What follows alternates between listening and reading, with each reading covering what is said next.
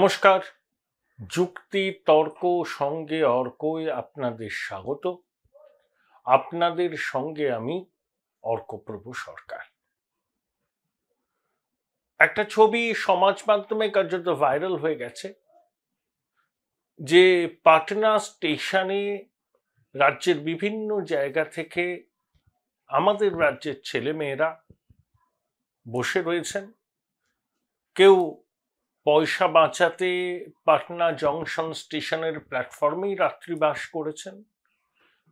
উদ্দেশ্য যে বিহারে স্কুলে শিক্ষকতার চাকরির পরীক্ষা চলছে, সেই পরীক্ষায় অংশ নেওয়া, যদি সেখানে কপালে শিখে ছেড়ে তাহলে বিহারেই চাকরি করা।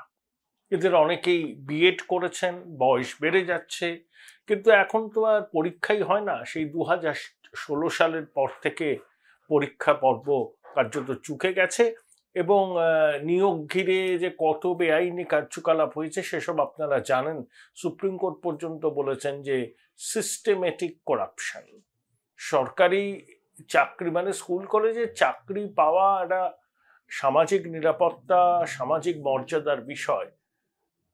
আর যারা এই চাকরিগুলো পরীক্ষাগুলো কন্ডাক্ট করেন তাদের ক্রেডেনশিয়াল সিজারের পত্নীর মতো সব সন্দেহের ঊর্ধ্বে থাকা উচিত, কিন্তু দুর্ভাগ্যবশত সেটা হয়নি।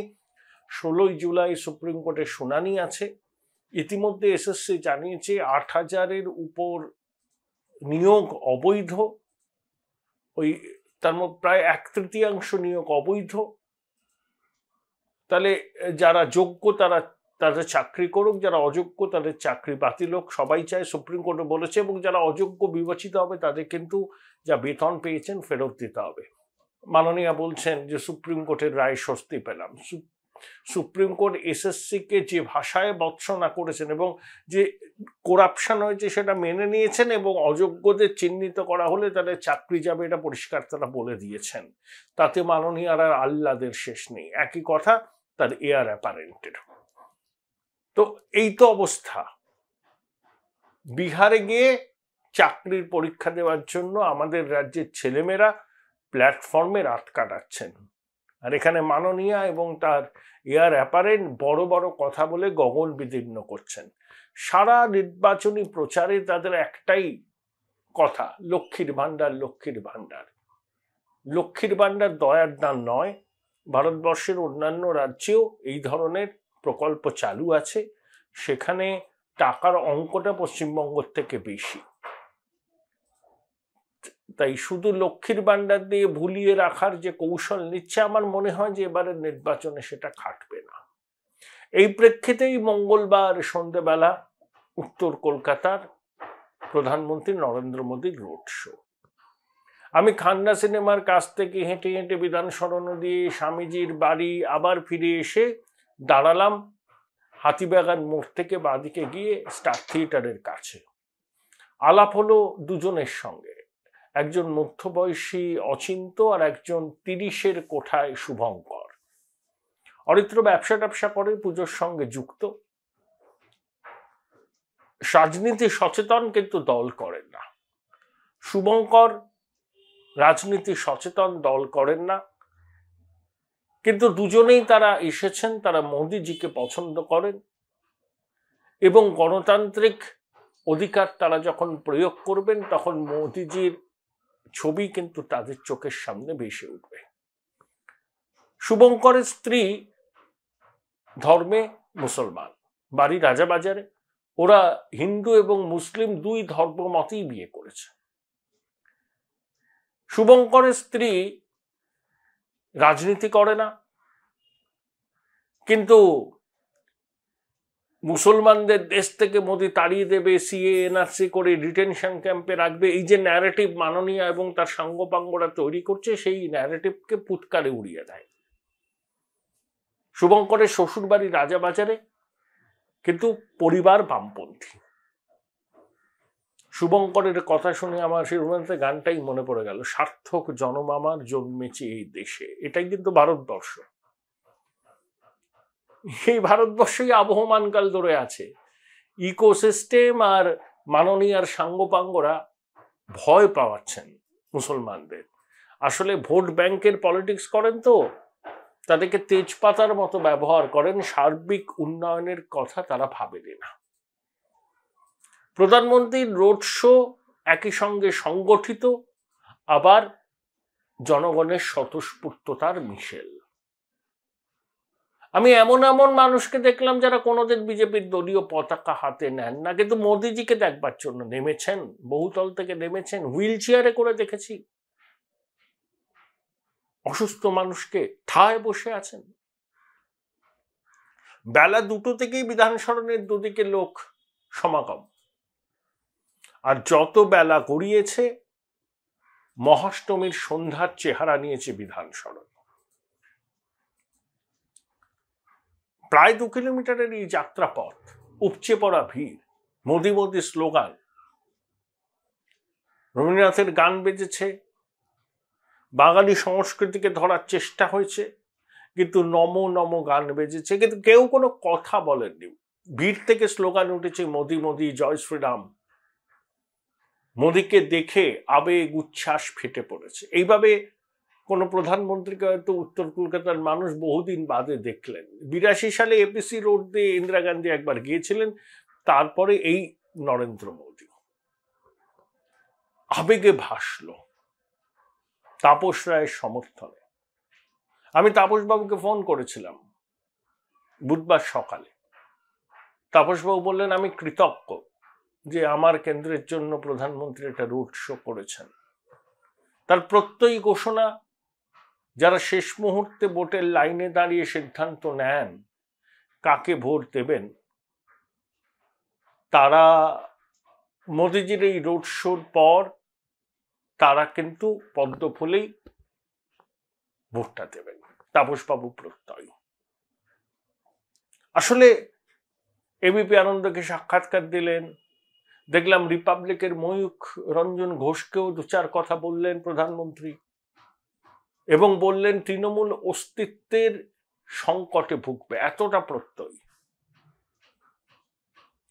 দেখুন, ব্যক্তি প্রধানমন্ত্রীর জনপ্রিয়তা 10 বছর ক্ষমতায় থাকার পরেও 1 বিন্দু কমেনি, এবং সেটাকেই নির্বাচনী প্রচারের পুঁজি করেছে বিজেপি। মোদিজিও বলছেন আপকি বার, জনগণ বলছে মোদি সরকার। কেউ কেউ বলছেন এনডিএ বলছেন না কেন? এনডিএর মুখ মোদি, তাই মোদি সরকারই বলা হচ্ছে। অতীতেও আমরা অটল সরকার বলেছি, এবার বলছি মোদি সরকার। ইন্দিরাজির জমানায় ইন্দিরা সরকার বলা হতো। তাই মোদির নামেই তো ভোট চাইছেন এনডিএ, বিজেপি, তাই মোদি সরকার। এটাতেও বিরোধীদের নানা রকম প্রশ্ন। আসলে আমার মনে হয় যে দেখুন, মোদিজির 2014 সালে যেভাবে প্রচার করেছিলেন, 2024-ও সেই প্রচার করছেন সেই স্পিরিটে। ভোট কম পড়েছে তার অর্থ ডাইস কাস্ট আমার মনে হয়, এবং বিজেপির ডেডিকেটেড লোক, ফ্লোটিং ভোটার যারা বিজেপিকে সাপোর্ট করে, তারা কিন্তু ভোটটা দিয়েছে। এখন এই সরকারের বিরুদ্ধে কি ব্যর্থতার অভিযোগ নেই? অবশ্যই আছে। কর্মসংস্থানের ক্ষেত্রকে নজর দিতে হবে, দামটাকে কমাতে হবে, কিন্তু মানুষের এই ক্ষোভকে কাজে লাগানোর মতো ইন্ডি জোটের কোনো নেতা নেই। তাই সরকারের বিরুদ্ধে ক্ষোভ থাকলেও মোদিজির উপরেই কিন্তু আস্থা রাখছেন অনেকে। কারণ মোদিজি বারবার করে বলছেন না 10 বছরে তিনি কি কি করেছেন। দেখুন, পরিসংখ্যান যদি দেখেন, আমি একটা কথা বলবো যে পরিকাঠামোগত ক্ষেত্রে, কেন অটল সেতু, জম্মু কাশ্মীরে রেল মানচিত্রে আনা, উত্তর পূর্বে অভূতপূর্ব উন্নয়ন পরিকাঠামোর, ভারতমালা প্রকল্প, অনেক কিছু আছে। মোবাইল ম্যানুফ্যাকচারিং এ আমরা পৃথিবীর সামনের দিকের কয়েকটা দেশের মধ্যে 5ম বৃহত্তম অর্থনীতি আছে, 3য় বৃহত্তম অর্থনীতি হবে হয়তো। এই যে রিজার্ভ ব্যাংক রেকর্ড ডিভিডেন্ড দিল সরকারকে, কন্টিনজেন্সি ফান্ডে যত টাকা রাখতে হয় সেটা রেখেই কিন্তু তারা দিয়েছে। এতে সরকার এই টাকাটা কিভাবে ব্যবহার করবে, নতুন সরকার সেই সিদ্ধান্তটা নেবে। তাহলে এখন আপনাকে দেখতে হবে যে কর্মসংস্থান আর চাকরির মধ্যে মৌলিক পার্থক্য আছে। আমরা যে 10টা 5টা চাকরির কথা ভাবি না, সেই কনসেপ্ট উঠে গেছে। নতুন প্রজন্ম সেই কনসেপ্টে খুব একটা বিশ্বাসও করেন না। তারা কর্মসংস্থানের ক্ষেত্রটাকে এক্সপ্লোর করতে চান। স্টার্ট আপের সংখ্যা বেড়েছে। এই যে মাঝে একটা খবর বেরোলো যে আইআইটিতে 38% নাকি রিক্রুটমেন্ট হয়নি। আমি অনেকের সঙ্গে কথা বললাম যারা এক্স আইআইটিয়ান, যারা এখন খবর রাখেন, আমার আত্মীয় স্বজন আছেন, তারা বললেন বিষয়টাকে ওইভাবে দেখলে হবে না। অনেকে যা এক্সপেক্ট করেছেন অফার লেটারে, সেই অফার লেটার পাননি। কেউ এমটেক করবেন বা কেউ বিদেশে চলে যাবেন, কেউ রিসার্চে যাবেন, আবার কেউ ম্যানেজমেন্ট করবেন, এখনই চাকরি নেবেন না। কোথায় কোথায় একটু কর্মসংস্থানের সমস্যা দেখুন। IT, computer science, artificial intelligence, data science, electronic telecommunication, electrical, এইসব ডিপার্টমেন্টে যারা পড়াশোনা করছে তারা চাকরি পেয়ে আছে। কিন্তু ওই মেকানিক্যাল, সিভিল এইসব জায়গাতে একটু সমস্যা হচ্ছে। হয়তো যা এক্সপেক্ট করছে সেই এক্সপেকটেশন ফুলফিল হচ্ছে না চাকরির শুরুতেই। অফার লেটারে যা তারা এক্সপেক্ট করছে সেটা পাচ্ছে না। Join Indian Institute of Hotel Management now. Right choice, right decision. তাই এইভাবে ছবিটাকে তুলে ধরা হয় যে বাস্তবের ছবিটা কিন্তু ওই রকম নয়। তার মানে বাস্তবের ছবিটা একেবারে সর্বরোগ বিশল্যকরণে আমি তাও বলছি না, নজর দিতে হবে। তাহলে মোদিজি যে রোড শোটা করলেন তাতে শুধু উত্তর কলকাতায় তাপসবাবু বাড়তি অক্সিজেন পেলেন তা নয়, দমদমে শিলভদ্র দত্তও পেলেন। কারণ শিলভদ্র দত্তও ছিলেন। শুভেন্দুর একটা সৌজন্য অনেকের নজর কেড়েছে। শুভেন্দু প্রধানমন্ত্রীর বাঁ দিকে ছিলেন, তারপরে নিজেই তাপসবাবুকে এগিয়ে দিয়ে পিছনে চলে গেলেন। এটা অনেকে আমাকে পরে ফোন করে বলেছে যে শুভেন্দুর এই জেস্চার তাদের খুব ভালো লেগেছে। এখন এটা কতটা ইলেকটোরাল ডিভিডেন্ড দেবে বিজেপিকে? দেখুন, 1,27,000 ভোটে তৃণমূল জিতেছিল 2019-এ। 2021-এর বিধানসভা নির্বাচনকে আপনি মাপকাঠি ধরলে আরো 60,000 ভোটে তৃণমূল এগিয়ে। কিন্তু তার মানে কি অল ইজ ওয়েল? একেবারেই নয়। Here the situation is pregnant with possibilities. সেজন্যই মুখ্যমন্ত্রীকে তার দলীয় বিধায়কদের ফোন করতে হচ্ছে, তাদের মানভঞ্জন করতে হচ্ছে। যুব তৃণমূল খুব একটা নামেনি পথে, অভিষেক তো এলেনই না প্রচারে। এমন একজন বিধায়ক আছেন যিনি মন্ত্রী হওয়ার দাবিদার ছিলেন, উত্তর কলকাতার বর্তমান সাংসদ, তার মন্ত্রী হওয়ার পথে অন্তরায় হয়ে দাঁড়িয়েছিলেন। তৃণমূলের অন্তরে কান পাততে শোনা যায়।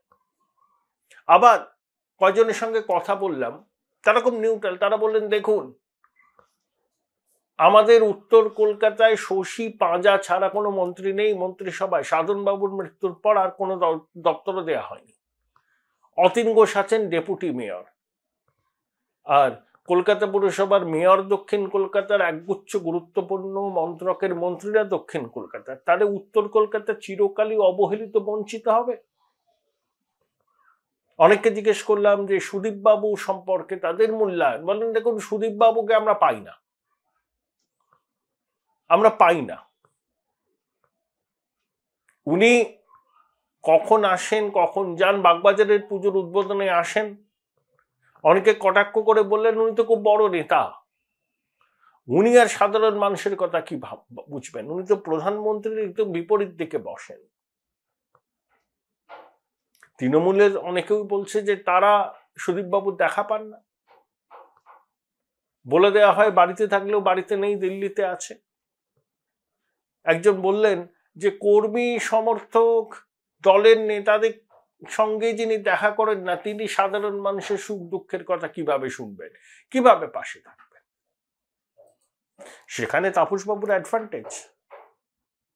তাপসবাবুকে কেউ ফোন করলে তিনি রিং ব্যাক করেন, অচেনা নাম্বার হলেও করেন, চেষ্টা করেন লোকের কথা শোনার, চেষ্টা করেন পাশে দাঁড়ানোর। সবসময় যে সফল হন সে দাবি তিনিও করেন না, কেউই করেন না, কিন্তু ওই মানুষ তো তার সঙ্গে দেখা করতে পারে, তাকে দু একটা কথা বলতে পারে, তার দিক থেকে সম্ভব হলে কিছু করার চেষ্টা তো তিনি করেন। এটাই তাপসবাবুর একটা প্লাস পয়েন্ট। আর 3 প্রার্থীর মধ্যে তিনি অপেক্ষাকৃত নবীন, যথেষ্ট ফিট, চষে বেড়াচ্ছেন।